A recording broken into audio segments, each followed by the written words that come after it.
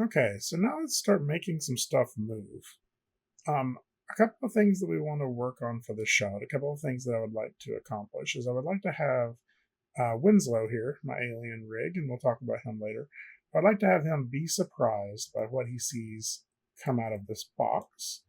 Have him sort of jump back and run and board the spaceship, and then have the spaceship do sort of a squash and stretch dramatic takeoff, right? And zoom off the planet. And the thing that I'm going to have Winslow be surprised by is the grabby arm coming out of the box, right? So I'm going to have it sort of pop up and do like a little clamp, or maybe it reaches for him, something like that. So the first thing we're going to need to do is rig the arm. And so I'm going to isolate that, all of the arm pieces, which is everything from grabby 2 down to clavicle. And I'm going to zero those numbers out. And that should put us back at the origin point. And then I can isolate that selection by clicking this button here. And there we go. Now we have everything sort of back at its starting point. And this is just for cleanliness sake. I want everything to be at the origin when I create a rig for it. And that's because then all of my numbers are 0, 0, 0. Just to make sure, before you rig anything, I always like to do a cleanup pass on it. The easiest cleanup pass we can do is modify freeze transformations, and then edit, delete by type, history. And so that's going to make sure that we don't have any sort of weird numbers in here. Like, we don't want it to look like that, right?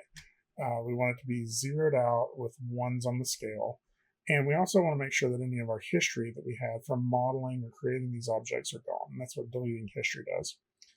So we're going to do some very basic rigging on this. I would even be reluctant to call this rigging. We're basically going to work with the hierarchy of these objects. So again, we have clavicle, which is sort of this base piece that we have here at the bottom, right? And then we have arm 1, arm 2, arm 3, and then we have the two different grabby pieces here, these little fingers that can grab onto stuff. And you'll notice that the pivot points on these are already set to the point where I would want them to rotate. Right? So, that's with everything except for maybe my main clavicle piece down here. Right? So I want to talk just a little bit about pivot points. Pivot points are where your object rotates from, right? And where sort of that move point is. And so I can grab, if I hit W, it's wherever this locator is sort of lining up. And you'll see that it's lining up sort of at that point right there for the rotation. So this makes it like rotate pretty cleanly on the x-axis because of where the pivot point is, right? Now, if I wanted that pivot point somewhere else, there's several ways to change it. The easiest is to tap the letter D. D as in dog. Right? And then that'll let us move it around to wherever we want it to. And if I had it down here, when I go back to E, you'll see now that's my new pivot point. Now, that's not really where I would ever want my pivot point. What I would like is for this to be our parent object, right? This is the top level of everything that's going to move. And so I would like that to sort of start its pivot point from the actual origin of the world, 0, 0, 0. So again, if I hit D, when I'm back in pivot point mode, I can move this around wherever I want to. And I want to hold down the shortcut key X. And X will allow me, there we go. X will allow me to snap it to the grid. So you'll see it snaps to grid points. Now, there we go. And as long as I have X held down, it'll snap it to there. And so now, my new pivot point for this entire thing is at the origin of the world. So with that, let's start talking about hierarchies.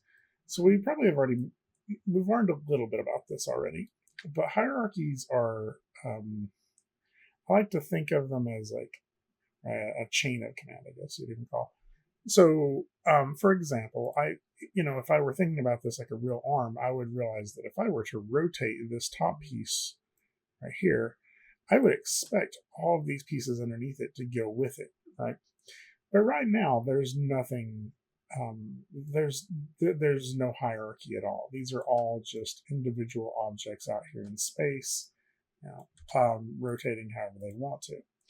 And so we can parent these things under each other. And this is very similar to like a folder structure or sort of any other, if you were doing an outline for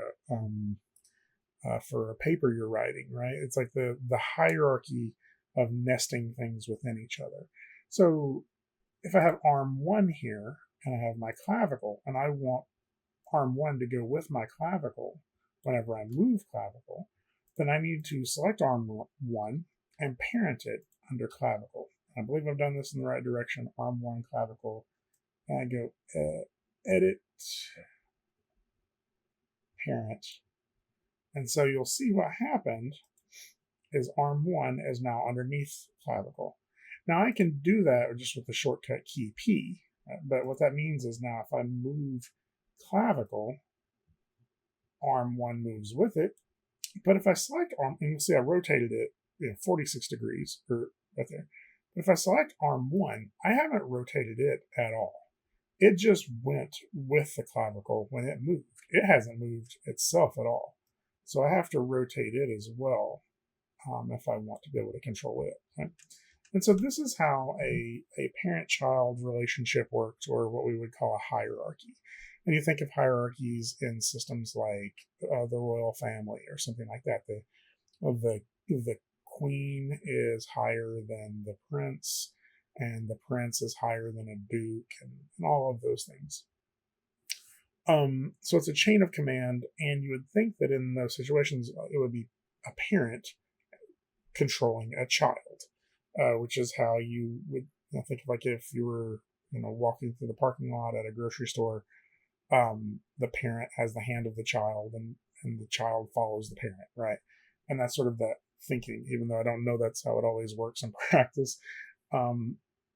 So if I wanted to continue to create those parent-child relationships, I can choose arm 1, and then I think I have to do it the other way around. Arm 2, and then arm 1, and I can hit P, and now that is under here.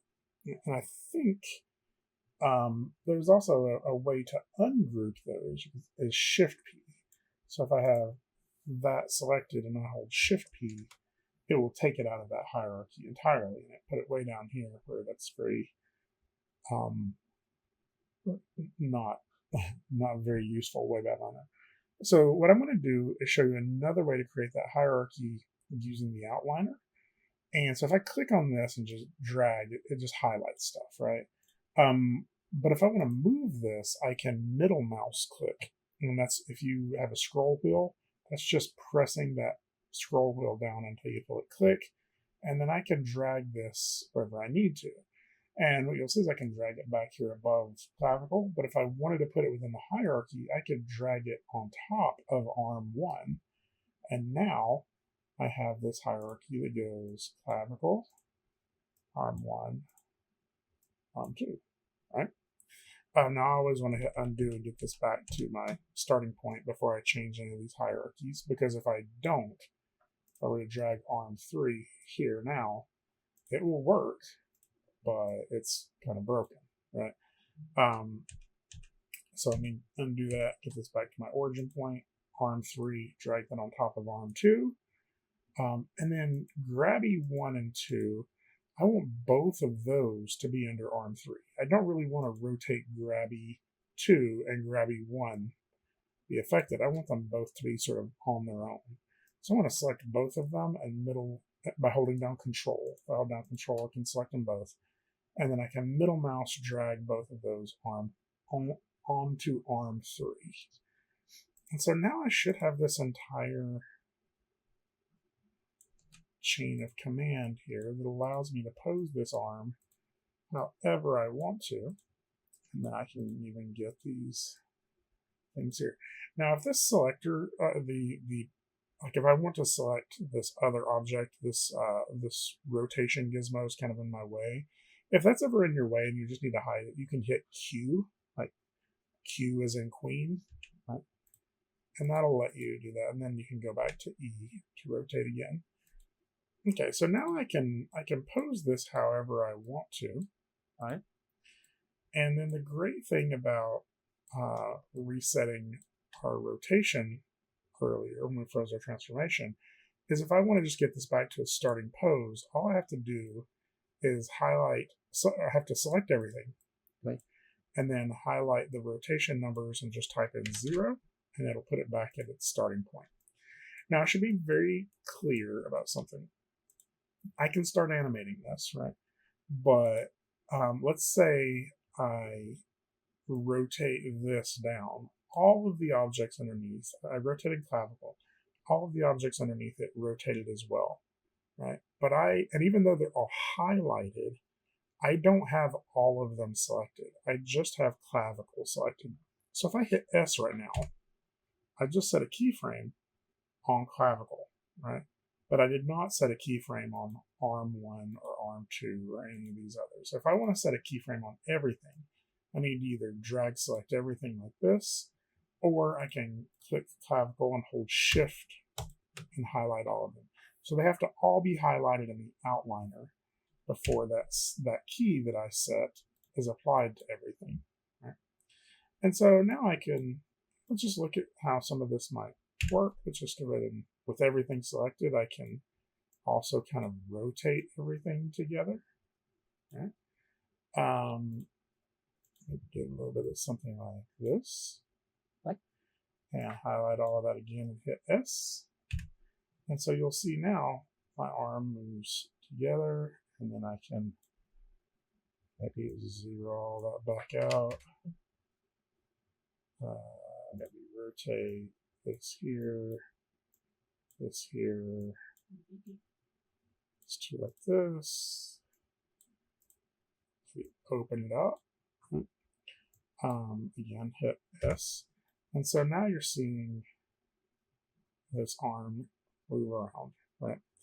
So I'm going to go ahead and go back to 0 on everything on here, and then shift, double click, right click, delete. And now I don't have any keyframes on there at all, and we can get started on our animation for the box very soon.